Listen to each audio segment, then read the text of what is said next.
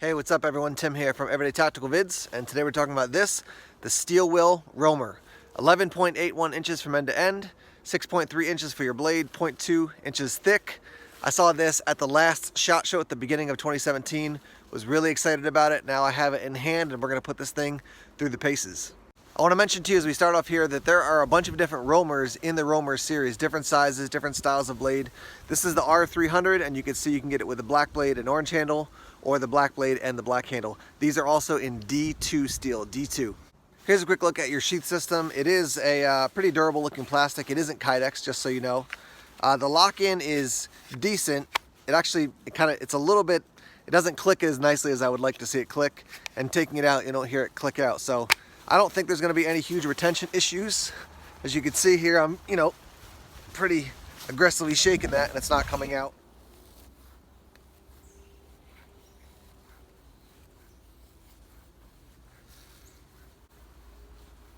Starting off just doing a little feathering here, and yeah, I mean obviously it's going to do the job. Part of what we're also trying to figure out is how comfortable is the handle when you're doing some of this more detail work. How's the grind, those types of things. So I've got fleece gloves on, which are not going to give me as good grip or control of it as if I had like a pair of mechanics gloves on, something like that, but it's not like the knife is slipping out of my hand at all. And obviously it's going to be able to do some of this detail work just fine. So here's a look at some of the work it did. Obviously making feathers no problem for the steel wheel roamer.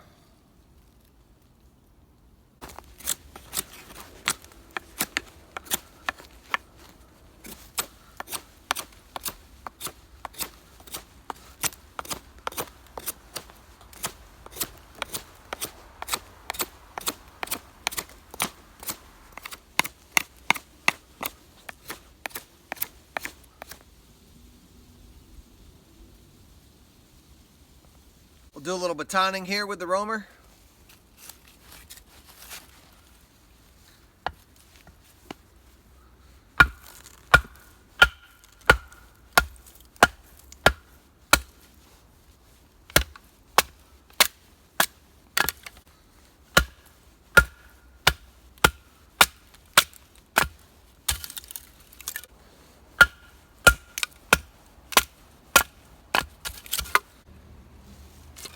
Obviously, this is doing the job.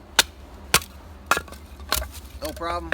As you can see, no problem for the roamer when it comes to batoning. We're doing a little chopping here. This is a dead tree, but also it is frozen now just because it's been so cold here in New Hampshire. So twice the challenge for the roamer. I'm going to choke back and basically just have 2 fingers on here and do the chopping. No lanyard, but just 2 fingers with the fleece gloves.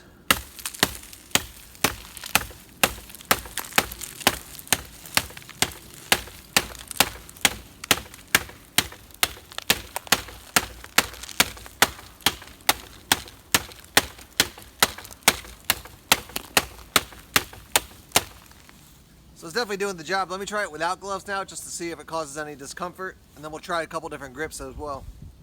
So this is again just 2 fingers on with the thumb and my other 2 fingers underneath the pommel there.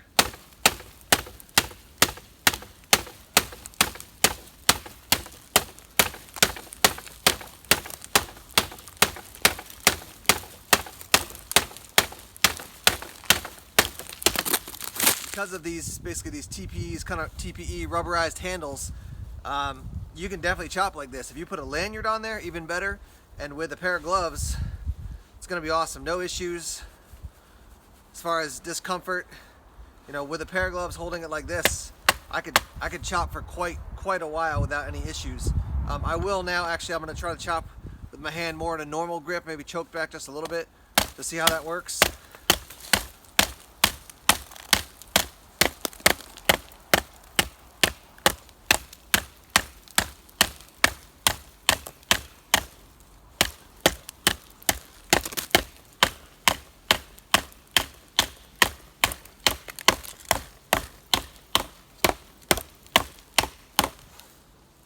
Interesting, even though you've got more grip on the knife, I feel like I've got more control like this when I'm chopping. So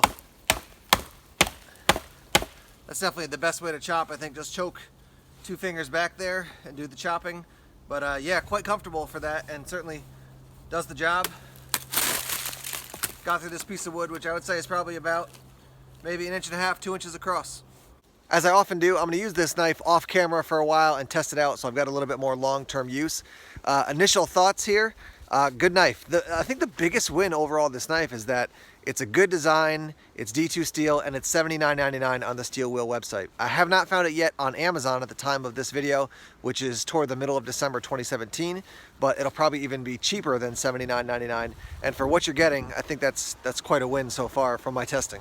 I will tell you that when I first started using this and doing some push cuts, I felt a little bit of hand fatigue, but you got to just find the right location for your hand and get a good grip. After that, it was not really an issue. To be able to choke up that much to do that detail work, this thing is a beast at feather sticking. I've done some feather sticking off camera, and it's worked quite well. There is an exposed, I don't know how to call it, a pommel, but there's the end of the tang basically. I wouldn't use that for a whole lot. When you've got a TPE handle that close to it, if you start smashing it on a rock, it's gonna beat up the handle pretty much. So it is good to know that it's a full tang knife though. I do like the fact you can get it in the black and in the orange as well. Ben from Living Survival, he did the review of the orange handled one with the black blade, so I just thought I'll mix it up and I'll do the black blade and the black handle for my review. You can see some jimping right there on the thumb ramp. I would call it medium. From mild up to aggressive, I would call it right pretty much in the middle. Gives you a little extra grip. It's not beating up your hand. It's also not pointless, like sometimes they put jimping on knives. It just doesn't do anything. So I would say that does a good job giving you a little extra traction. That choil, nice and big, you can choke up. I mean, look where my hand is. When my finger is in that choil, I mean, I've got a lot of extra space on the handle there. So you can really get up and do some of that detail work. Batoning, it did the job. So yeah, it's been a good knife. We're gonna test it more off camera, and then we'll wrap up the video back in the studio probably to let you know what we think about the Steel Wheel Roamer overall. All right, everyone, we're back here to wrap up our review on the Steel Wheel Roamer. First thing is that I do want to show you that it can strike a fire steel and get a spark off it. It doesn't feel like a very steep edge there on the spine, but I will show you here. It'll definitely do the job. So as far as throwing a spark off a fire steel, yes, you can check the box for that. Now the other thing I did want to mention to you is that I did find the hardware to attach this portion of the sheath to the rest of it, and I'll roll in a quick video here so you can see what that actually looks like on my hip. The sheath works fine. It's nothing to write home about. It is MOLLE compatible because of the way the clips are on the back of the sheath. So you got 2 little clips there, so you can run that over, you know, MOLLE webbing. But it does the job. If you really like the Roamer, as is true with pretty much, you know, any knife, if you really like it, you may want to upgrade the sheath, get somebody to make a custom sheath for you. So let me offer you some final thoughts on the knife. D2, that's your steel, so that's going to be a personal preference thing. Some people are like, no, I definitely want 1095 or I want S30V. D2 is a good steel. I haven't had any issues. No chips, no dings, nothing. I mean, it's still in quite good shape, and it's still quite sharp. I was able to do a lot more cutting off camera than what you've seen in this video, and it worked well the entire time. I will sharpen it up at this point, but yeah, D2 is your steel.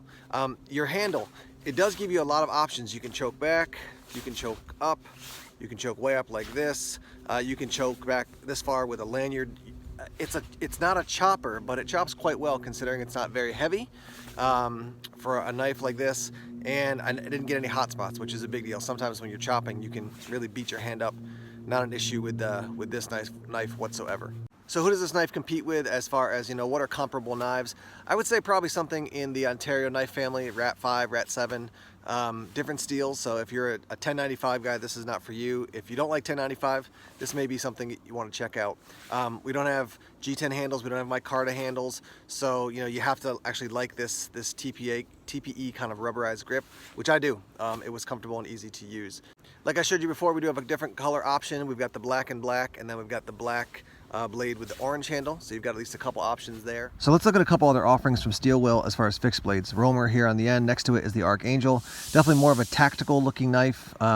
This is going to be an N690 as far as your steel. They do have the Druid series. This is probably, I would say, kind of in the middle as far as sizes. Next to that we have the Argonaut, that's an AUS 8, and then down here at the end we have the Gecko, that's an N690. This is definitely the most expensive, and I'm guessing the Druid's probably going to be your least expensive. So this is just a look at some of the fixed blades they have. They also have the Chieftain, which is definitely a big survival looking knife. It's like a clip point if I remember correctly. Pretty sure that's in 1095. So yeah, if you want to check out Steel Will and the Roamer is not doing it for you, then maybe another option from them is something you want to consider. They do have quite a few fixed blade knives out there. So there we have it, the Steel Will Roamer. Let's hear your thoughts. Again, this is brand new to the market. There are not a ton of reviews out there on this knife. So I want to hear what your thoughts are based on what you've seen, and especially if you own one, I definitely want to hear your thoughts, but also based on other reviews or the research that you've done. Let's see your thoughts on the Steel Will Roamer. Again, this is the R300, and there are some other Roamers out there, a little bit different design, but kind of in the Roamer family from Steel Will. Thanks as always for checking out the videos. Please subscribe to Everyday Tactical Vids here on YouTube. Like us on Facebook, follow us on Twitter, check us out on Instagram and Tumblr as well. More videos coming soon. Take care.